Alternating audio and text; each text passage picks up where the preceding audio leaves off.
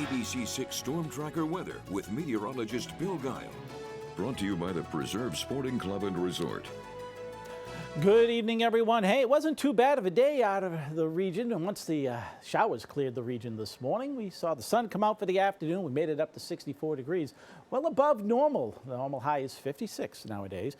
But we did get 6/100ths of an inch of precipitation. Not a lot, but yeah, it was enough to wet the ground in the morning hours. And we're going to stay seasonable over the next couple of days. Right now in Providence, we're at 45 degrees. The wind is calm, and much of the area is in the mid 40s at this hour, but there are the colder spots like Norwood and Taunton. We're already into the 30s. And as we look off to the west, the air mass back through the Ohio Valley is similar to what we're dealing with, and temperatures just south of there a little bit milder. So initially, this is where our airflow is going to be coming from for tomorrow and Monday. But check this out. All right, up in Green Bay, 33 degrees. And notice these shades of darker blue and purple as you get up into the Dakotas. Why am I pointing that out? Well, I'm kind of hinting as what is about to come our way for a good portion of the upcoming week. So for now, let's deal with what's going to be happening. We have a few clouds coming in. It was a frontal boundary that came through this morning, brought the showers our way. And there's a wave of low pressure sitting on that front. So that wave of low pressure is slowly going to be working its way through the northeast over the next 48 hours. What that means is we'll have a lot of clouds around for tomorrow morning. We'll stay dry, but then some showers will come through as a warm front is actually going to be approaching. It's not going to be terribly warm, but it will keep us in the 50s for tomorrow. And then there's another wave coming up along the frontal system as we go into Monday. And this will bring a period of heavier rain for Monday morning's commute, and then we dry out for the afternoon.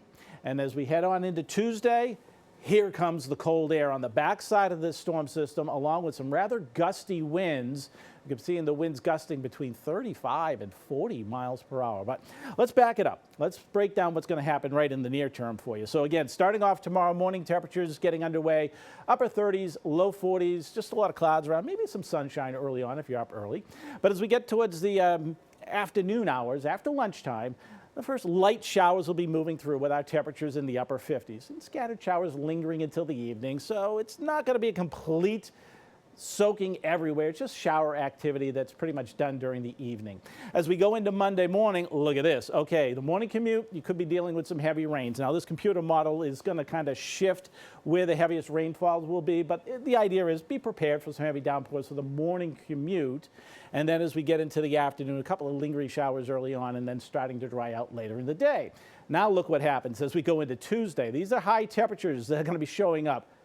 At noontime, well, temperatures in the upper 30s. We're at best going to be in the low 40s for the afternoon. And check this out. All right, in the Berkshires, a little bit of snowflakes flying, perhaps even in northern Worcester County around, Mount Wachusett and up around Ashburnham.